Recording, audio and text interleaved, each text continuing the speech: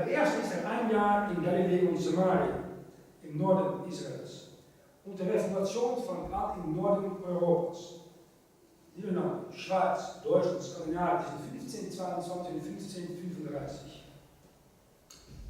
Jesus ist ständig weggeschickt aus Nazareth, weil sie möchten wieder von den Berg stoßen. Er weint über die unbußfertige Schritte, Horazim der Zeiger.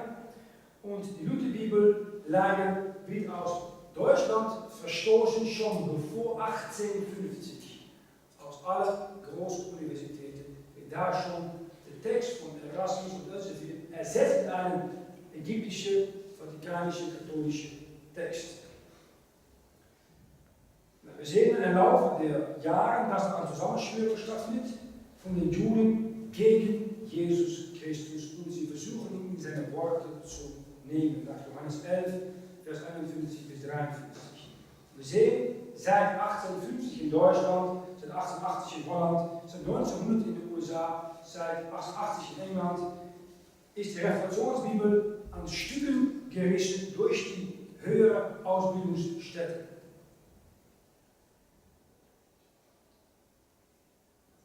Jerusalem ist in dieser Zeit unter römischer Herrschaft.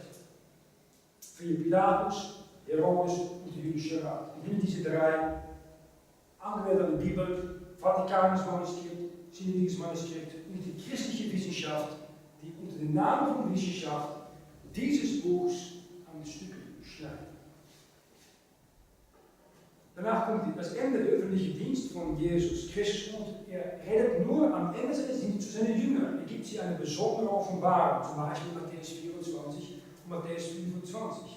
Und wir sehen in den letzten 150 Jahren, dass Gott nur neue Dinge offenbart an diejenigen, die an den King James in Englisch oder in der englischen Staatenbibel oder in der deutschen Bibel festhalten. Weiter, was wir heute sehen, die jüngsten Bücher sind nichts anderes als Wiederholungen von Zeug, was wir aus 100 Jahren schon bekannt haben.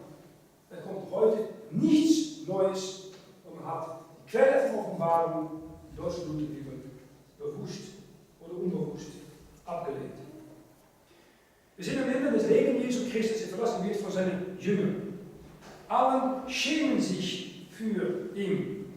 Simon Petrus verleugnet ihn, er sagt dreimal, nein, ich kenne ihn nicht, ich habe nichts mit ihm zu tun. Und Judas Iskariot verratet ihn. Das sehen wir heute auch. Die meisten Leute schämen sich für dieses Buch. Die meisten Professoren verraten dieses Buch. Aufgrund von sie eine Ausbildung bekommen haben an Unis, die christliche theologische Fakultät. Westcott, Hort, Tischendorf, Griesbach, Lachmann, Nestle, Kudau, Barbara Allen, das sind alle Textkritiker aus Deutschland, die dieses Buch verleugnen oder verraten. Dann kommt Jesus für den jüdischen Rat. Und die sagen dann, wir haben keinen König, denn der Kaiser. Der jüdische Rat stellt sich unter den Kaiser. Weißt du, was die Christen heute tun? Sie stellen sich mit den neuen Bibeln unter Rom. Wir haben nicht die Luther 1984 mit Apokryphen. Teil der Kanon. Deutsche Bibelgesellschaft. Wenn man das in Luther übersetzt, ist ein neuer Sinn Vatikanischer Text mit hunderten Worten, die herausgeschrieben sind, dann wir aus 2000 Leute fehlen da, bewusst aus Luther unter Rom gestellt. Die ganze Ökumene, Weltrat von Kirche, Deutsche Rat von Kirche, ist heute unter Roms Autorität. Sommer 2012 in Genf hat der Weltrat von Kirche mit Rom und die evangelische Allianz einen Vertrag mit Rom gemacht, dass sie nicht mehr versuchen sollten, Katholiken aus ihrer Kirche zu nehmen und Jesus Christus zu führen. Dann sagen die Juden, wenn sie die Wahl haben zwischen Barabbas und Jesus Christus, in Matthäus 27, Vers 25, sein Blut kommt über uns und unsere Kinder. Das sagen die Juden. Das haben sie auch bekommen. Wahrscheinlich im Holocaust. Ich habe ein Buch gerade gelesen, der SS-Staat. Das ist in Englisch als The Theory and Practice of Hell. Das müssen wir lesen. Treblinka, was da alles passiert. Weißt du, was das tragisch ist, habe ich gesehen? Es sehr tragisch. Da kam ein Moment, dass die Leute wussten, es gibt Treblinka, Vernichtungslager in Polen. Und da waren Juden, die wurden dahin geführt. Und einige sind entkommen. Und die wurden einfach abgeschlachtet, also mit den Hunderten, erst mit den Tausenden pro Tag. Sehr systematisch. Einige sind entkommen. Kommen zurück in die Dörfer, Städte rundum, gehen nicht in den katholischen Heim, die da wohnen, aber zu den Juden-Ghettos und warnen die Juden, für was passieren soll, wenn der SS kommt, um sie abzuholen. Weißt du, was passiert? Sie werden nicht nur nicht geglaubt, sie mussten fürchten für ihr Leben. Das sind Juden, die da gewesen sind, zurückkommen, um ihre eigenen Leute zu warnen. Sie haben es nicht geglaubt und sind mit ganzer Masse Frauen und Kinder nach Fabriken gegangen wie Schafe durch den Schlachtbau und abgeschlachtet. Weißt du, was tragisch ist? Wenn du heute Christen sagst, also auf die Straßen gehen, sie gehen und predigen, die haben ja das Wort Gottes. Sie glauben dich nicht, sie sagen nur, du machst Trennung, du machst Spaltung, du machst Unruhe in unserer Gemeinde. Das haben die Juden auch gehört. Du machst Unruhe bei uns, du musst deinen Mund halten, das ist nicht wahr, das kann nicht wahr sein. Was hat der Mensch von der Geschichte? Eins, dass er nichts von der Geschichte lernt. Deutschland hat nicht gehört auf Gottes Wort. Nach 1900 haben sie 2 Weltkriege verloren.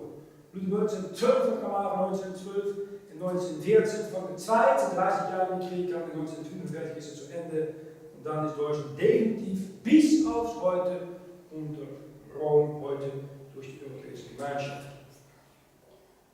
England ist auch heute unter Rom und Amerika auch. Dann wird Jesu Christi gekreuzigt. Heute ist dieses Buch, ein verborgenes Buch, in 3/4 aller Länder der Welt, in aller katholischen, Moslem und kommunistischen Ländern. Und daneben, im freien Westen, ist dieses Buch ersetzt mit einem römisch-katholischen, dunklen Mittelaltertext.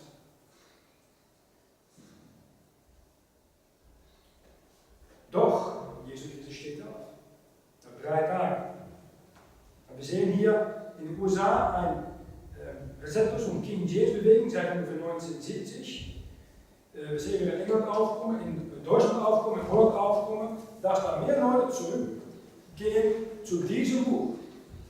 Es kommt zurück. Das Wort kann nicht vernichtet werden und nicht gestillt werden. Und das Schönste ist, damit möchte ich enden, am Pfingsttag, da lesen wir, dass der Heilige Geist ankommt und aus allerlei Volk, das unter dem Himmel ist, kommen Leute da nach Jerusalem und bekommen den Heiligen Geist und die Predigung von Jesus Christus. Und was wir als Vorrecht haben, ist, um festzuhalten an das, was Gott Deutsch zugetraut hat. Und da kommt ein Moment, dass mehr Leute sagen möchten, dass wir nicht nur Deutsch haben, aber auch mehr und mehr übersetzen und zurückfinden unter dem Staub her und neu ausgeben. Wir dürfen das tun und ich danke euch sehr für eure Fürbitte. In Pakistan mit Henry Martins Übersetzung, die neu ausgegeben ist, als parallel mit dem King James Text. In Indien, wo letzte 2 Monate 3 Bibeln von Römerkerk unter dem Staub weggeholt sind, eingetübt sind, korrigiert mit dem King James Text und in Hindi, Telugu und Oriya neu ausgegeben sind. In Holländisch haben wir das Neue Testament fertiggestellt. Johannes Evangelium in Deutsch, also das Neue Testament in Januar, Februar hoffentlich fertigstellen. In Israel, in Hebräisch, haben wir das 1807 Neues Testament von Luther, ein Deutscher, neu wieder gedruckt mit 10.000 Exemplaren. Wir gehen auch nach Israel, nach orthodoxen Juden. Der Text kommt wieder zurück. Damit möchte ich abschließen. Aus 2. Chronik 34 haben wir das Buch Gottes, das unter König Josia neu entdeckt wurde.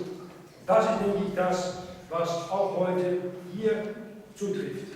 Hier in Deutschland, hier in Wilhelmshaven. 2. Chronik, Kapitel 34, Vers 15, um anzufangen. Da lesen wir in 2. Chronik 34, Vers 15, und Hilkia antwortete und sprach zu Safan, dem Schreiber, ich habe das Gesetzbuch gefunden im Hause der Herrn, und Hilkia gab das Buch Safan. Vers 21, Geht hin, fragt den Herrn für mich und für die übrigen in Israel und für Juda über den Worten des Buchs, das gefunden ist. Denn der Grimm des Herrn ist groß, der über uns entbrannt ist, dass unsere Väter nicht gehalten haben, das Wort des Herrn, das sie täten, die geschrieben steht in diesem Buch. Und dann in Vers 33, Josua tat weg alle Gräuel aus allen Landen, die die Kinder Israel waren, und schaffte, dass alle, die in Israel gefunden wurden, dem Herrn, ihrem Gott, dienten. Solange Josua lebte, wichen sie nicht von dem Herrn, ihre Väter Gott. Ich hoffe, dass, wenn du das Wort Gottes nun hast, dass du sagst, Herr, prüfe mein Herz, zeig mir, ob da ein Gräuel ist, eine unbekannte Sünde ist, hilf mir, das wegzutun und hilf mir, mich kommendes Jahr eine erste, an erster Stelle eine gute, gesunde Beziehung mit Jesus Christus durch sein Wort zu pflegen. Wenn das an dieser Stelle liegt, das andere fällt auch auf seine Stelle. Und du tust unbewusst erstens das Reich Gottes und seine Gerechtigkeit suchen und lass Gott dann mit seinem Wort für dich frei Bahn machen. Und dann kann der Herr sein Segen über dich geben, dein Leben, deine Familie, deine Gemeinde geben. Und es kann vielleicht am Anfang das einsam sein, aber nochmals, du und Gott sind immer eine Mehrheit. Amen.